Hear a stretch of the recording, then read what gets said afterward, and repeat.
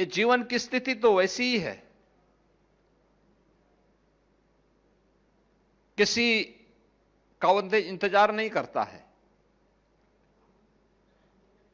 हमें काल की गति से 2 कदम आगे चलने के लिए अपने आप को तैयार करना होगा।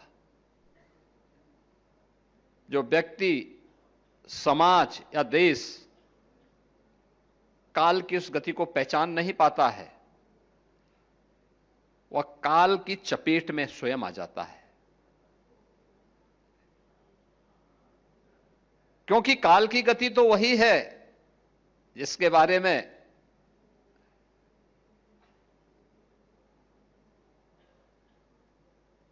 डॉक्टर श्याम नारायण पांडे ने कहा था कि यह महाकाल का आसन है, इस पर न किसी का शासन है।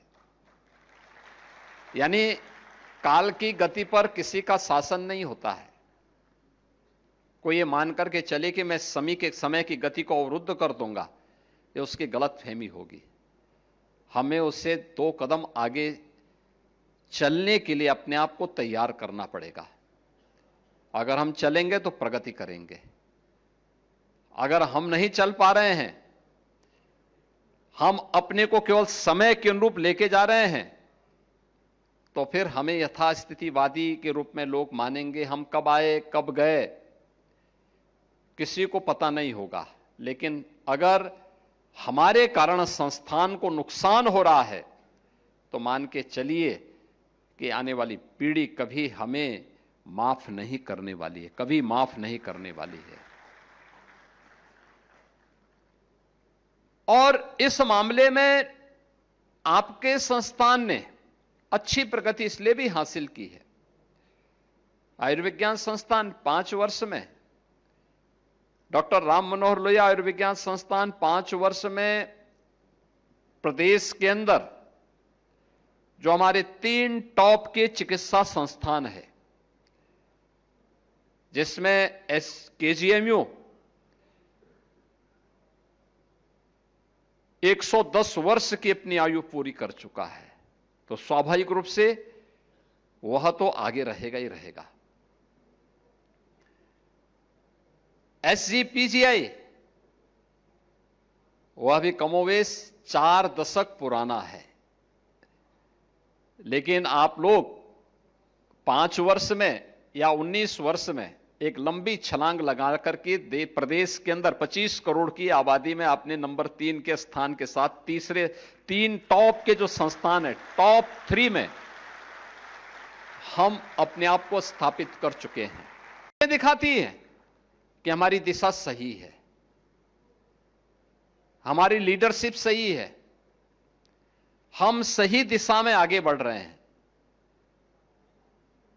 भौतिक चुनौतियां आती हैं, लेकिन टीम वर्क होता है, कार्य करने का जज्बा होता है, तो वह लोगों के मन में एक नई उत्साह का संचार करता है। आपके लिए यह अवसर इसलिए भी महत्वपूर्ण है क्योंकि यह संस्थान एक ऐसे स्थान पर स्थित है जो पूर्वी उत्तर प्रदेश का मुहाना है। पूर्वी उत्तर प्रदेश का हर पेशेंट सबसे पहले आरएमएल में आता है, सबसे पहले यहीं पे आता है, फिर यहां से केजीएमयू या एसजीपीजीआई की तरफ फिर वह रुख करता है। और सबसे घनी आबादी पूर्वी उत्तर प्रदेश की, बिहार की, नेपाल की, ये सभी स्थितियां यहां के लिए आती हैं, इस ओर मुड़ती हैं। उन स्थितियों में अगर हम लोगों ने अपने आप को अपडेट नहीं किया, हम उसके अनुरूप अपने आप को तैयार नहीं करेंगे, तो आज जो एक व्यक्ति, एक पेशेंट का परिजन, एक मरीज का परिजन बड़े विश्वास के साथ आता है, और विश्वास के साथ आने के बाद अगर कहीं पे उसकी भावनाओं को ठेस लगेगा, तो वह फिर धीरे धीरे करके उसके मन में आएगा, देखो साहब कुछ नहीं होता, और फिर वह यहां से विमुख होकर के दूसरी तरफ रुख करेगा। लेकिन मुझे प्रसन्नता है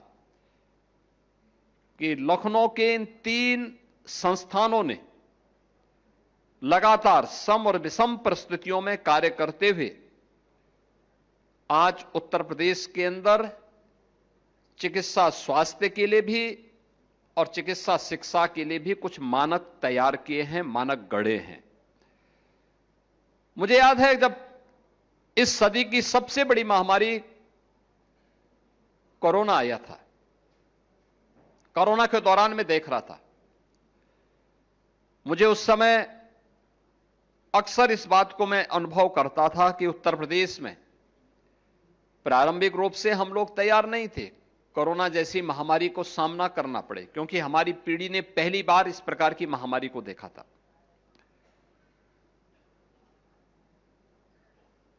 जिस समय कोरोना का पहला पेशेंट आया था हमारे पास, कोविड की जांच करने के लिए कोई भी अन्य सुविधा नहीं थी, कोई लैब्स नहीं थी। हमने पहला पेशेंट जब आगरा में और नोएडा में देखने को मिला तो हम लोगों ने उनके सैंपल जांच करने के लिए सफदरजंग और एम्स दिल्ली में भेजे थे, एनआईवी पुणे को भेजा था।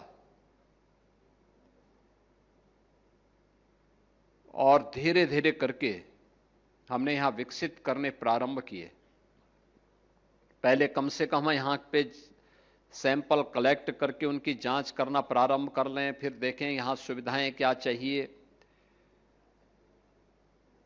हम लोगों ने जब देखा था 36 जनपद ऐसे थे जिन जनपदों में आईसीयू का एक भी बेड नहीं था, एक भी नहीं था, ट्रेन्ड मैन पावर नहीं थी। कैसे होना है? और उस समय उत्तर प्रदेश ने कुछ मॉडल भी गढ़े। वर्चुअल आईसीयू भी चल सकता है, और इन 3 संस्थानों ने सफलतापूर्वक चलाया था।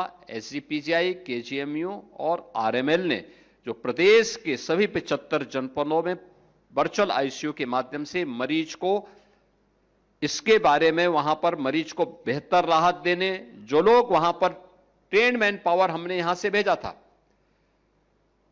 जो मास्टर ट्रेनर यहां पे ट्रेनिंग लिए थे, उन लोगों ने वहां पर जाकर के कार्य किया। और अगर कोई समस्या आती थी तो प्रतिदिन सायंकाल ये तीनों संस्थान एक साथ उन संस्थानों के साथ, उन मेडिकल कॉलेजेस के साथ या कोविड हॉस्पिटल्स के साथ जुड़ते थे और वहां पर उनको गाइड करते थे। कोई समस्या होती थी तो फिजिकली वहां पहुंच करके उनको मार्गदर्शन करती थी।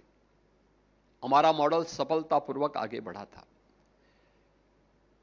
यानी टेक्नोलॉजी का उपयोग करके अगर एक महामारी को मात दी जा सकती है तो कोई कारण नहीं कि हॉस्पिटल और बड़े बड़े संस्थान के अंदर जो भीड़ है, इस भीड़ को हम टेक्नोलॉजी का बेहतर उपयोग करके रोक न सकते हो, कर सकते हैं। टेली कंसल्टेशन की सुविधा दूर दराज के क्षेत्रों में, पीएचसी में, सीएचसी में, डिस्ट्रिक्ट हॉस्पिटल में उपलब्ध करवा करके पेशेंट की स्क्रीनिंग के कार्य को हम उस स्टेज पे भी पूरी कर सकते हैं। लेकिन इसके लिए हमें तकनीक का उपयोग करना पड़ेगा, इसके लिए हमें स्वयं भी अपने आप को अपडेट करना पड़ेगा। और यह मैं इसलिए कह रहा हूं, आज जब हम लोग स्वास्थ्य की बात करते हैं, मैं भी आपकी एनुअल रिपोर्ट देख रहा था और मुझे अच्छा लगा। एनुअल रिपोर्ट है काफी मोटी, और साल भर की आपने बनाई है, हर एक इवेंट को उसमें आपने इकट्ठा करके रख दिया। लेकिन आपने शुरुआत की है कि दुनिया को पहला सर्जन किसी ने दिया है तो भारत ने दिया था, सुश्रुत के रूप में। हम सुश्रुत को भूल गए। आपने उसमें आयुर्वेद के जनक चरक का भी उल्लेख किया है। अच्छा है, चरक और सुश्रुत ये भारत की देन है दुनिया के लोगों की आरोग्यता के लिए। अनेक ऐसे वैद्य, ऐसे चिकित्सक, ऐसे सर्जन भारत ने दुनिया को दिए जो समय के अनुरूप हम उस गति को बनाए नहीं रख पाए।